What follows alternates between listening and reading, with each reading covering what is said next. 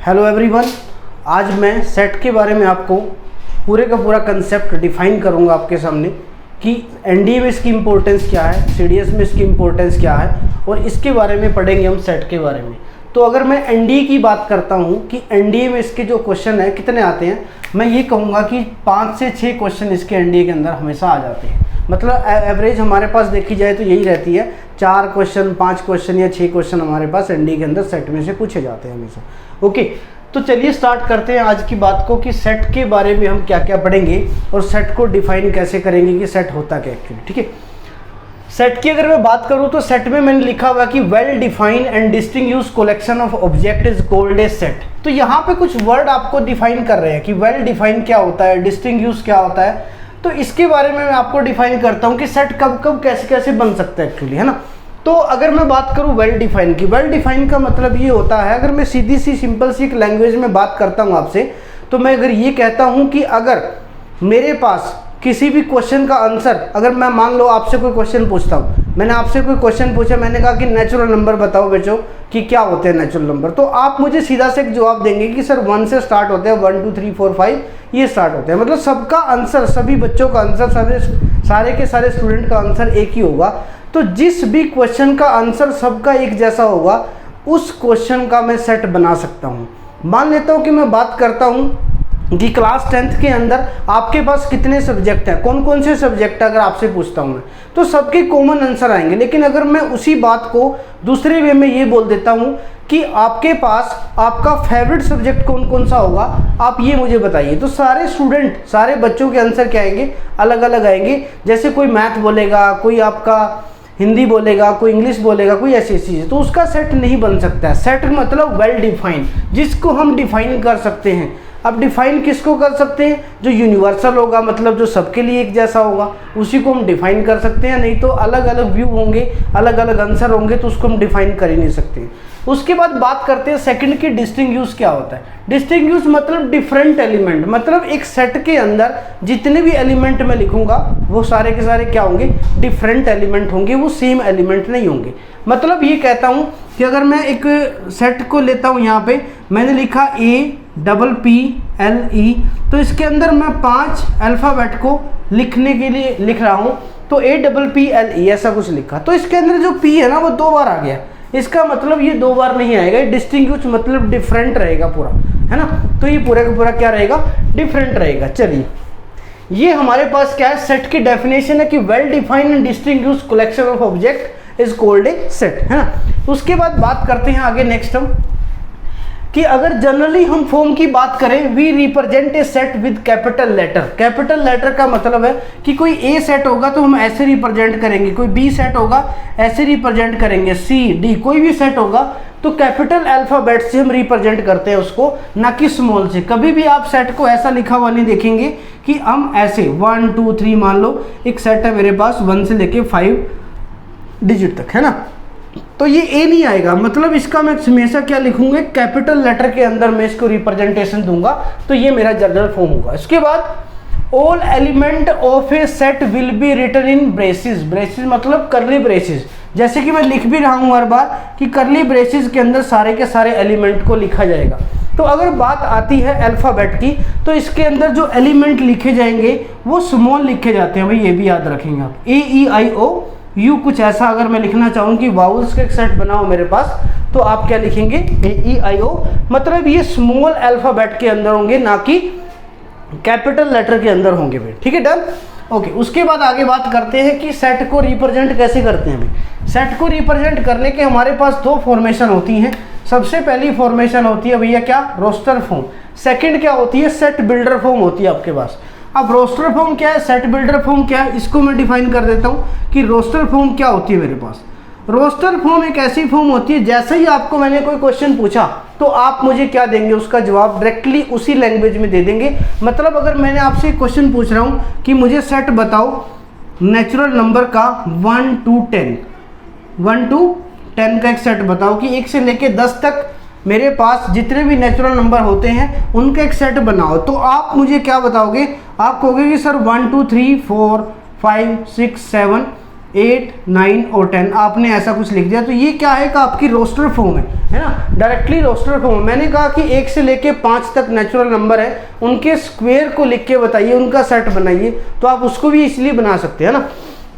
तो this is the roster form. अब इसी को अगर मैं सेट बिल्डर फॉर्म में रिप्रेजेंट करना चाहूँ कि सेट बिल्डर फॉर्म में कैसे रिप्रेजेंट करूँगा, तो हमेशा आपको ऐसा करना है कि आप 1 2 3 4 5 6 7 इसको, मतलब इसी क्वेश्चन को लेके चलता हूं मैं, इसी क्वेश्चन से हम क्या बनाएंगे, सेट बिल्डर फॉर्म बनाएंगे। सेट बिल्डर फॉर्म कैसे बनती है, हमेशा करली ब्रेसेस, उसके बाद x लिखेंगे, और ये जो साइन होगा यहाँ पे, ये क्या होगा, सच दैट का साइन होता है हमेशा। क्या होता है, सच दैट का। x such that x belong to natural number, ये किसका साइन होता है, बिलोंग्स टू, है ना। ये जो साइन होता है हमारे पास, ये किसका साइन होता है, बिलोंग्स टू का साइन होता है। और x बिलोंग किससे करेगा, नेचुरल नंबर से बिलोंग करेगा। उसके बाद एक कोमा लगाएंगे और x की value 1 less than is equal to 10 और करली ब्रेसेस में इसको हम बंद कर देंगे। तो ये हमारी जो फॉर्म बनेगी इस क्वेश्चन की, ये हमारी सेट बिल्डर फॉर्म कहलाएगी, और ये हमारे पास इसकी क्या कहलाएगी, हमारे पास इसकी रोस्टर फॉर्म कहलाएगी। ठीक है, x belong to n and x कहां से कहां तक बिलोंग कर रहा है, 1 से 10 तक, है ना। 10 भी इंक्लूड करना आपको और 1 भी इंक्लूड करना है।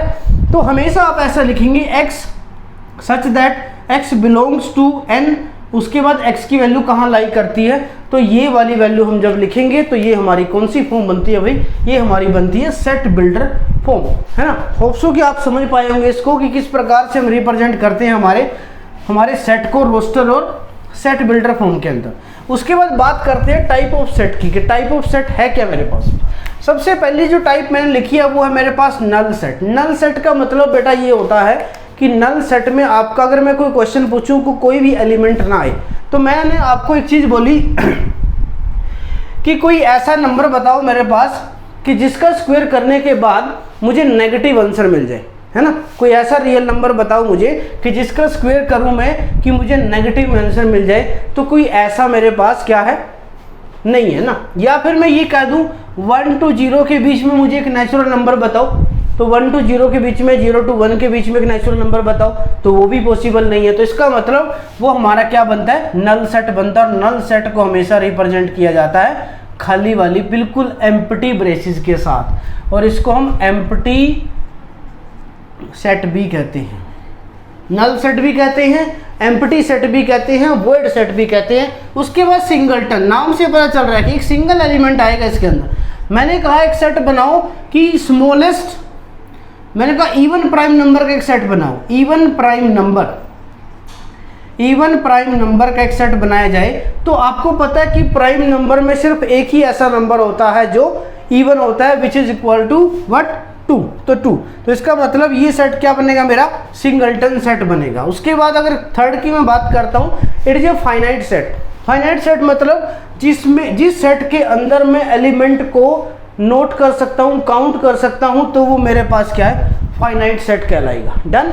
जैसे मैंने कहा कि 1 to 100 नेचुरल नंबर बताओ भाई क्या होंगे, तो मैं काउंट कर सकता हूं, तो वो मेरे पास क्या कहलाएगा, फाइनाइट सेट कहलाएगा। उसके बाद इनफाइनाइट सेट की अगर मैं बात करता हूं, इनफाइनाइट में मैंने सीधा एक बात बोल दी कि होल नंबर का मुझे सेट बना के दिखाओ, तो आप सीधा 0 से स्टार्ट करेंगे और करते करते इनफाइनाइट टर्म तक चले जाएंगे, आपके पास काउंटिंग नहीं है उनकी।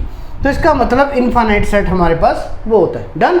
नेक्स्ट हमारे पास है कार्डिनलिटी ऑफ ए सेट, कि एक सेट की कार्डिनलिटी क्या होती है। एक सेट की कार्डिनलिटी को डिफाइन करने के लिए मैं यहाँ पे ये बताता हूँ कि number of different element in A set, number of different element in A set is called cardinality of a set.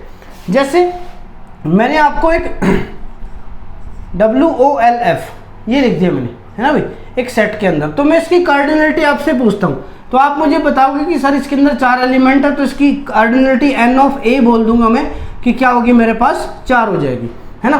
तो 4 हो जाएगी मेरे पास इसकी। अगर मैं एक और ऐसा सेट ले लूँ कोई भी, मैंने कहा FOLLOW कुछ ऐसा ले लिया, ये हमारे पास, लेकिन इसके अंदर तो 6 एलिमेंट है। लेकिन अभी भी मैंने बताया कि number of different element in A set is called cardinality of a set. Different तो इसके अंदर 4 है, तो इसका मतलब इसकी कार्डिनलिटी भी मेरे पास क्या आएगी जी, 4 आएगी, इसकी कार्डिनलिटी भी क्या आएगी मेरे पास 4 आएगी। तो मतलब कार्डिनलिटी क्या होती है, different element in A set is called cardinality of a set. ठीक है जी, डन। उसके बाद क्वेश्चन नंबर 6 है, टाइप नंबर 6 है हमारे पास इक्विवेलेंट सेट और इक्वल सेट के बारे में। अब इक्विवेलेंट सेट क्या होगा, इक्विवेलेंट सेट वो होगा जब दो सेट की कार्डिनलिटी क्या हो जाए, बराबर हो जाए मेरे पास, तो वो इक्विवेलेंट सेट कहलाएगा हमारा। कार्डिनलिटी मतलब इन दोनों की कार्डिनलिटी देखो सेम है, इसकी भी 4 है, इसकी भी 4 है, तो मैं कहूँगा कि ये दोनों सेट हमारे पास क्या है, इक्विवेलेंट सेट कहलाएंगे। इसके बाद इक्वल सेट, इक्वल सेट में कार्डिनलिटी तो बराबर होगी ही, साथ में क्या होगा, number of element will be same, element will be same, element भी सेम होंगे। ये आपके पास अगली बात है इक्वल सेट के अंदर। मतलब अगर मैंने यहाँ पे WOLF का एक मेरे पास एक सेट बनाया है, तो दूसरा सेट भी मैं WOLF का बनाऊंगा, तो these two sets are equal set, क्योंकि इनके अंदर जो एलिमेंट पड़े हैं ना वो हमारे पास क्या है, दोनों के दोनों सेम हैं। This is the equal set होगा मेरे पास। लास्ट मैं बात करता हूँ यूनिवर्सल सेट की, कि यूनिवर्सल सेट क्या होगा। अब यूनिवर्सल सेट का मतलब आप नाम से पता लग रहा है कि सबसे बड़ा सेट कोई होगा। अगर मैं आपको कोई वैल्यू देता हूँ, मैंने कहा कि 1 to 100 के बीच में जितने भी नेचुरल नंबर है ना, उसका एक सेट बना दो आप, जितने भी हमारे पास क्या है नेचुरल नंबर हैं उसका सेट बना दो। या फिर मैं कहूँ कि 1 to 100 के बीच में जितने भी एलिमेंट है ना, उनका यूनिवर्सल सेट फाइंड आउट करो। तो यूनिवर्सल सेट का मतलब क्या होता है कि किस किस सेट के बीच में ये वाली वैल्यू आएंगी, एग्जिस्ट करती हैं, वो सारे सेट इस सेट के क्या कहलाएंगे, यूनिवर्सल सेट। और याद रखना कभी भी एक सेट का एक ही यूनिवर्सल सेट नहीं होता, एक सेट के एक से ज़्यादा यूनिवर्सल सेट भी हो सकते हैं। ठीक है, कैसे, अगर मैं ये कह दूं कि नेचुरल नंबर लिख दूं सारे के सारे, तो इसका मतलब नेचुरल नंबर पूरा, ये वाली वैल्यू पूरी की पूरी नेचुरल नंबर में क्या करती है, एग्जिस्ट करती है। तो अगर मैं कह दूं कि होल नंबर का सेट ले लो भाई, इसके अंदर भी एग्जिस्ट करेगी। मैंने कहा रियल नंबर का सेट ले लो भाई, उसके अंदर भी एग्जिस्ट करेगी। मैंने कहा पॉजिटिव इंटीजर ले लो भाई, है ना, बहुत सारे। तो ये सारे क्या हैं इस सेट के ये सारे क्या हैं, ये यूनिवर्सल सेट है इसके सारे के सारे। ठीक है, क्लियर है यहाँ तक बात कि ये हमारे पास यूनिवर्सल सेट होता है। मतलब जो हमारे पास सेट है वो सेट किस किस सेट के अंदर एग्जिस्ट करता है, जिस सेट में वो एग्जिस्ट करेगा, जिसके बीच में वो लाई करेगा, उस सेट को हम क्या बोलेंगे कि वो उस सेट का क्या कहलाएगा, यूनिवर्सल सेट कहलाएगा। These are the 8 types of set. In the second video हम हमारे ऑपरेशन पढ़ेंगे, यूनियन, इंटरसेक्शन, डिफरेंस एंड हमारे पास कॉम्प्लीमेंट, जो 4 हमारे पास ऑपरेशन होते हैं सेट के, उनके बारे में डिस्कस करेंगे हमारी पूरी स्टडी को।